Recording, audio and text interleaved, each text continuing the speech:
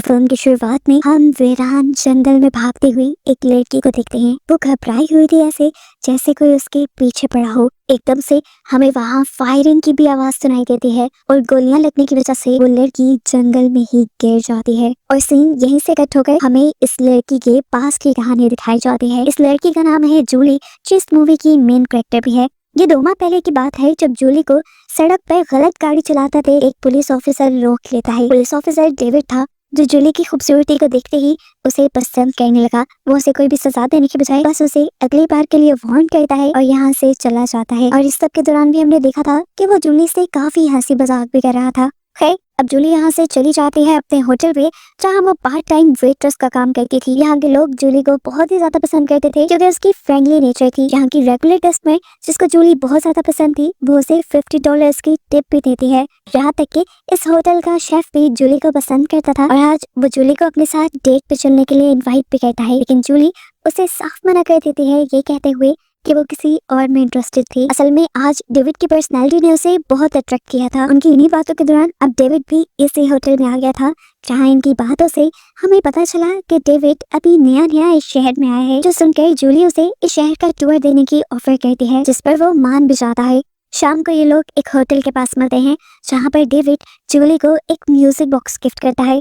ये लोग जब बार के अंदर गए तो वहाँ पर शेफ भी आया हुआ था, जो बस बार बार जूली को घूर ही रहा था, जो चीज अब डेविड ने भी नोटिस कर ली थी। बाहर से बाहर आकर वो जूली से पूछता है, कौन था वो, तुम्हें घूर क्यों रहा था, क्या तुम उसमें पहले इंटरेस्टेड तो नहीं थी? ये सुनकर जूली से क्लियर कर देती है, नहीं, हमारे दरमियान ऐसा कुछ नहीं है, बस वो मेरा एक क्लिक है और वो मुझे ऐसे क्यों देख रहा था मैं ये बात नहीं जानती। उसकी इस तरह बात करने पर डेविड भी थोड़ा ऑकवर्ड हुआ और बोला, मैंने ये सब इसलिए पूछ लिया क्योंकि मैं बस थोड़ा सा इनसिक्योर हूँ। मैं पहले भी एक रिलेशन में रह चुका हूँ, लेकिन मेरी गर्लफ्रेंड ने मुझे धोखा दिया था और अब मैं नहीं चाहता कि मेरा ये रिलेशन भी खराब हो जाए। कुछ दिन यूं ही गुजरते रहते हैं, ये लोग आपस में मिलते रहते हैं और आखिर एक दिन जूली फैसला कर लेती है डेविड को अपनी मॉम से मिलवाने का। इसीलिए वो अपने घर उसे डिनर पे इनवाइट करती है। डेविड की फ्रेंडली नेचर और पर्सनैलिटी ने जूली की मॉम को भी इम्प्रेस कर दिया था। यहाँ पर डेविड जूली की मॉम से उसे एक दिन शहर से बाहर ले जाने की परमिशन भी मांग लेता है। शहर से बाहर एक छोटे से टाउन में उनका एक फैमिली कैबिन था, जो एक बहुत प्यारी जगह थी। यहाँ आने पर जूली और डेविड के दरमियान में डेविड के बचपन की बातें होती हैं। वो लोग बचपन की तस्वीरें भी देखते हैं और डेविड जूली को बताता है कि बचपन में ही उसके पेरेंट्स मर गए थे, जिसके बाद से उसे शेरिफ ने अडॉप्ट कर लिया था। यही बात करते करते वो अपने पुराने बिगड़े हुए रिलेशन के बारे में भी बात करने लग जाता है और ये सब करके वो बहुत ज्यादा उदास हो गया। लेकिन तभी जूली अपनी अच्छी नेचर से उसका मूड ठीक कर लेती है। खैर, अब ये लोग घर आ जाते हैं, दिन गुजरते हैं और फिर एक दिन हमें देखने को मिला कि डेविड चुपके से जूली के घर पे आकर बैठ गया। जूली जब घर आई तो उसे देखते ही डर गई। खैर, उसने यहाँ ज्यादा सवाल जवाब नहीं किए, लेकिन डेविड सीरियस था। डेविड ने यहाँ उससे कहा कि तुम अपने शेफ से बच कर रहो, मुझे उसके इरादे अच्छे नहीं लगते। ये सुनकर जूली हंसने लग जाती है और कहती है, अरे नहीं यार, तुम परेशान न हो, वैसे ही ज्यादा सोच रहे हो। ये सुनने के बाद डेविड बिना कुछ कहे वहाँ से चला जाता है। अब अगले दिन हम देखते हैं कि जूली को उसकी फ्रेंड सुजैन ने अपने घर बुलाया था, क्योंकि उसने पार्टी में जाना था और उसकी बेटी घर पर अकेली थी। पूरा दिन उस बच्चे के साथ खेलते हुए जूली को पता ही नहीं चला कि दिन कब गुजर गया। और फिर अचानक से दरवाजे पे नॉक हुई। जूली ने जाकर देखा तो वहाँ पर डेविड था, जो एकदम से ही उस पे गुस्सा होने लगता है। वो उसे कहता है, मैं तुम्हें कब से कॉल कर रहा था, तुमने कॉल क्यों नहीं उठाई? पता है मैं कितना परेशान हो गया, चलो तुम अभी मेरे साथ चलो और आइंदा के बाद मुझे बताए बगैर कहीं आना जाना। उसका ये बिहेवियर बातें जूली को बहुत अजीब लगी। तभी घर पर जूली की फ्रेंड भी आ गई, जिसे देखकर डेविड बिना कुछ कहे वहाँ से चला गया। सारी बातें जूली के फ्रेंड ने भी सुनी थी। अब जूली और जूली के फ्रेंड दोनों को ही डेविड का ये बिहेवियर खटकने लगा था। अगले दिन भी वो फोन पे यही डिस्कस कर रहे थे कि क्या जूली का इस रिलेशन में आने का फैसला गलत तो नहीं हो गया। कि तभी जूली को अपने घर पर डेविड की तरफ से रोज रिसीव होते हैं और वो अपना ख्याल बदल देती है। इसी टाइम पर जूली को अपने कमरे से अजीब आवाज सुनाई देती है। कमरे में जाकर उसने देखा कि डेविड का दिया हुआ म्यूजिक बॉक्स उसके बेड के बिल्कुल दरमियान में रखा हुआ था और उसके हाथ में कोई लेटर भी था। जूली ने वो लेटर खोला तो उसमें लिखा था कि डेविड बैकयार्ड में है। ये सुनकर वो घबरा गई और फौरन बैकयार्ड में गई, जहाँ सच में डेविड था। अब जूली इस चीज से परेशान थी कि डेविड हमेशा बिना बताए क्यों आ जाया करता था। इससे पहले कि जूली उसे कुछ कहती, डेविड ही उससे माफी मांगने लग जाता है। उसका माफी मांगने का तरीका कुछ ज्यादा ही अजीब था। वो रेक उठाकर उसका मुंह जूली की गर्दन की तरफ कर देता है और बोलता है, मैं माफी मांग तो रहा हूँ, उसके बाद क्या चाहती हो तुम?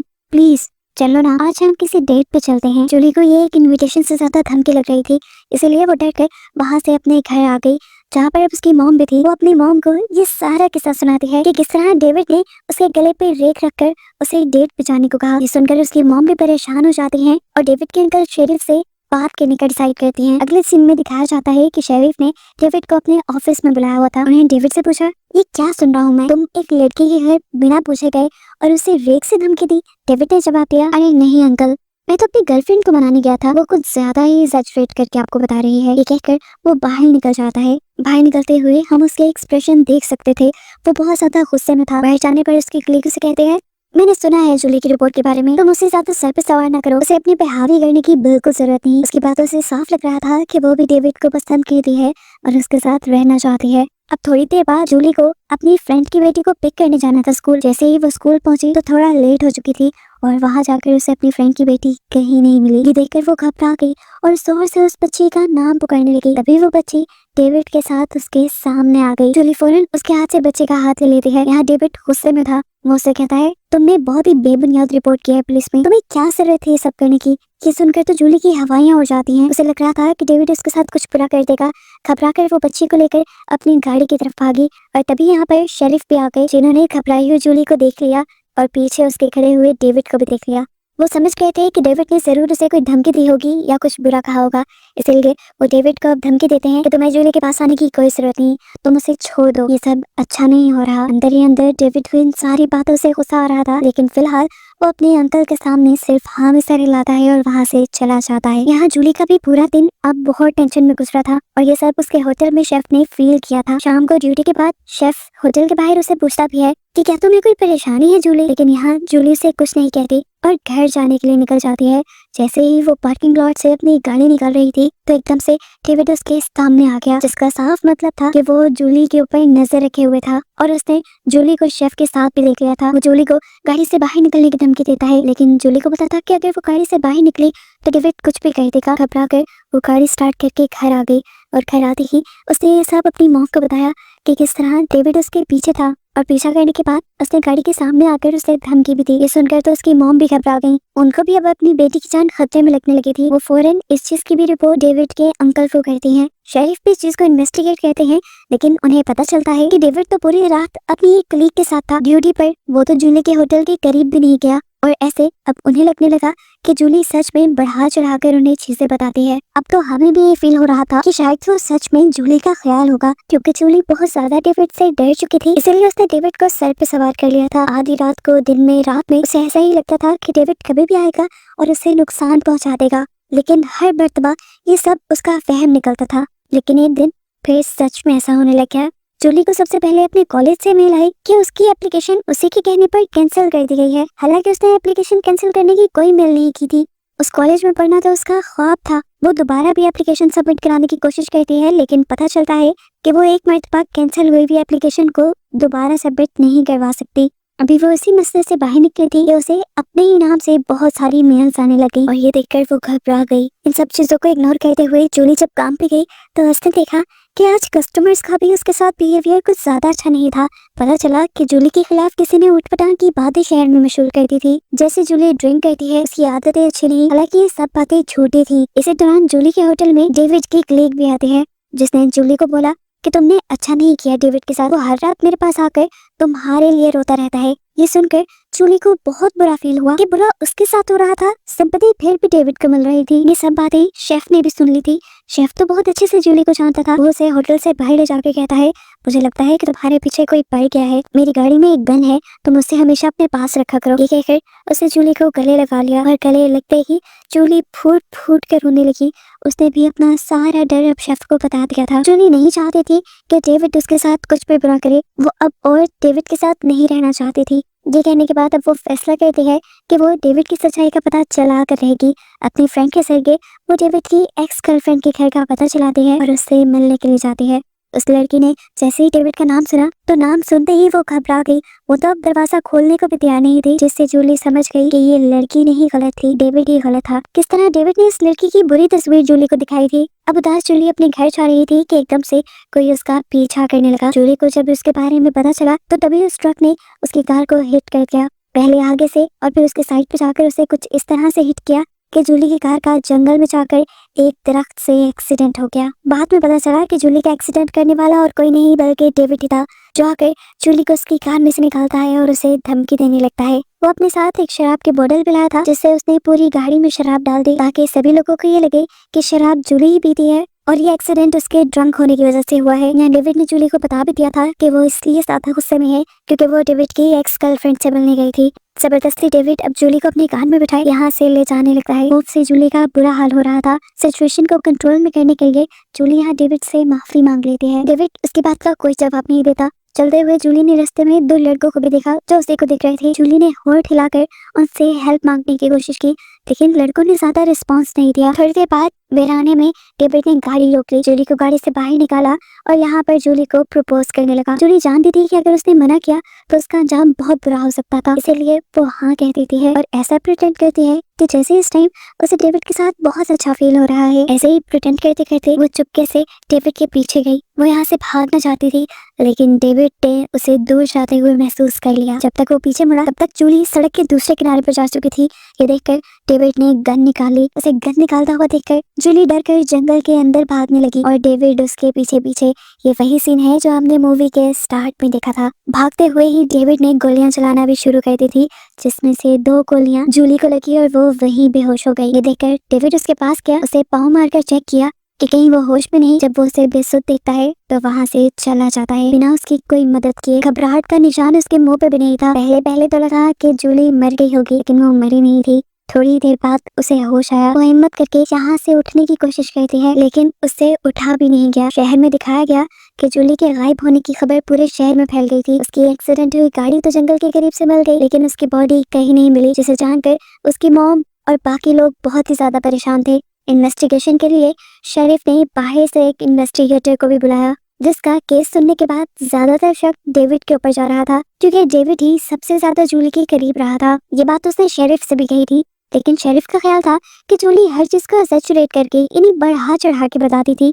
ऐसे में शेरिफ को डेविड पर बिल्कुल शक नहीं है। सीन कट होकर दोबारा हमें जूली को दिखाया जाता है, जिसके करीब से 2 शिकारी गुजरे थे। वो उनको मदद के लिए अपने पास बुलाना चाहती थी, लेकिन उसके अंदर अब बोलने की भी ताकत नहीं थी। यहाँ अब जूली को अपनी मॉम की याद आने लगी थी। यहाँ उसने अपनी जिस्म की सारी हिम्मत इकट्ठी की और आंखें खोली। उसकी आंखें खोलते ही दूसरी तरफ उसकी मॉम की भी बेचैनी बढ़ जाती है। फौरन उसने पुलिस स्टेशन में आकर इन्वेस्टिगेटर से कहा, मेरी जूली जिंदा है, मुझे बहुत स्ट्रॉन्ग फीलिंग आ रही है, उसे ढूंढे प्लीज। जूली की मॉम ने उसे ये भी कहा था कि जब मैं सो के उठी तो मुझे जूली की आवाज आ रही थी। ये बात अब डेविड ने भी सुनी और वो फौरन उस जगह पहुंचा जहाँ पर उसने जूली को गोली मारी थी। वहाँ जाकर उसके होश ही उड़ गए, क्योंकि वहाँ जूली कहीं भी नहीं थी और उसे जूली का ताजा खून नजर आ रहा था, जिसका मतलब था कि जूली जिंदा है। वो अब जूली को ढूंढने लगा। जूली को ढूंढते हुए उसका सामना हो गया इन्वेस्टिगेटर से, जो डेविड से पूछता है, तुम यहाँ क्या कर रहे हो? आज तो तुम्हें अपनी टीम के साथ जाना था ना एक मिशन पर। जिस पर डेविड बिना घबराए से जवाब देता है, हाँ जाना तो था, लेकिन फिर मुझे जूली की याद आई। मुझे याद आया कि जूली को ये जगह बहुत पसंद है,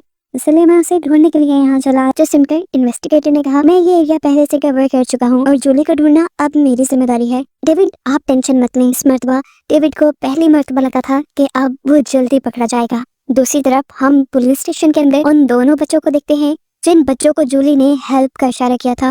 पहले तो वो लोग डर गए थे, लेकिन पिछले 2 दिन में जूली के ना मिलने की वजह से उन्हें बहुत बुरा लग रहा था। उन्हें लग रहा था कि ये सब उनके इग्नोर करने की वजह से हुआ है, इसीलिए वो फैसला करते हैं पुलिस में सब सच बताने का। इनकी गवाही सुनने के बाद शेरिफ को ये यकीन हो गया था कि जूली के गायब होने के पीछे जरूर डेविड का ही हाथ है और अब वो इस केस की इन्वेस्टिगेशन अपने हाथ में ले लेते हैं। और जब डेविड को इन्वेस्टिगेट करने के लिए उसके घर पर जाते हैं तो उसका घर अब लॉक था, यानी वो कहीं भाग चुका था। दूसरी तरफ हम देखते हैं कि इन्वेस्टिगेटर अब डेविड की एक्स गर्लफ्रेंड के घर गया था। केस की बिगड़ती सूरत हाल और डेविड के गायब होने से अब सबका शक जा रहा था डेविड पर ही। इन्वेस्टिगेटर डेविड की एक्स गर्लफ्रेंड से उसका कोई भी पता मांगता है, लेकिन वो तो डेविड का नाम सुनकर ही बहुत ज्यादा घबराई हुई थी। इन्वेस्टिगेटर के ये यकीन दिलवाने पे कि उसका नाम कहीं भी नहीं आएगा, वो उसे डेविड के फैमिली कैबिन के बारे में बता देती है, जो एक छोटे से टाउन में था। कैबिन का पता चलते ही इन्वेस्टिगेटर जूली की मॉम को खबर कर देता है, इसीलिए अब जूली की मॉम भी इन्वेस्टिगेटर के साथ जाने का डिसाइड करती है। सीन कट होकर हमें डेविड को दिखाया जाता है, जो सच में इस टाइम अपने कैबिन में था। तभी उसे अचानक अपने कैबिन में किसी अजीब सी चीज की आवाज सुनाई देती है। पास जाकर उसने देखा ये तो वही म्यूजिक बॉक्स था जो उसने जूली को गिफ्ट किया था। एक ही सेकंड में उसे पता चल गया कि जूली यहीं कहीं है। वो फौरन अपनी गन निकाल लेता है। इससे पहले कि वो जूली को ढूंढ पाता, पीछे से जूली रैक से उसके ऊपर ही हमला करके उसे बुरी तरह जख्मी कर चुकी थी। जख्मी करते ही जूली तो छुप गई और डेविड दोबारा उसे ढूंढने लगा। और तभी अचानक डेविड के दरवाजे पे नॉक हुई। बाहर शेरिफ आए थे। वो डेविड से कह रहे हैं तुम मेरे बेटे जैसे हो, मैं ये करना तो नहीं चाहता लेकिन मुझे तुम्हें अरेस्ट करना होगा। ये सुनते ही गुस्से में डेविड अपने हाथ में पकड़ी हुई गन से शेरिफ के ऊपर ही हमला कर देता है, जिससे शेरिफ भी अब जख्मी होकर वहीं गिर गए। गुस्से में डेविड अब अंदर आया जूली को ढूंढकर मारने के लिए, लेकिन एक और मर्तबा जूली ने बहुत ही चालाकी से पीछे से आकर उसकी गर्दन में चाकू घुमो दिया, जिससे भी वो मरा नहीं। गुस्से में जूली वहाँ पड़ी हुई हंटिंग गन उठा लेती है और यहाँ डेविड उसे कहता है मैंने जो किया मैं उस पर बिल्कुल भी शर्मिंदा नहीं, मैं तुम्हारे साथ ऐसा करता रहूंगा। इन बातों ने जूली का खून और खौला दिया था। जब उसने ये हंटिंग गन डेविड को मारने के लिए चलाई तो उसे पता चला कि इसमें गोली नहीं है और इसी गुस्से में वो अब उस गन को डेविड के सीने में स्टैब करते हुए उसे मार डालती है। जख्मी हालत में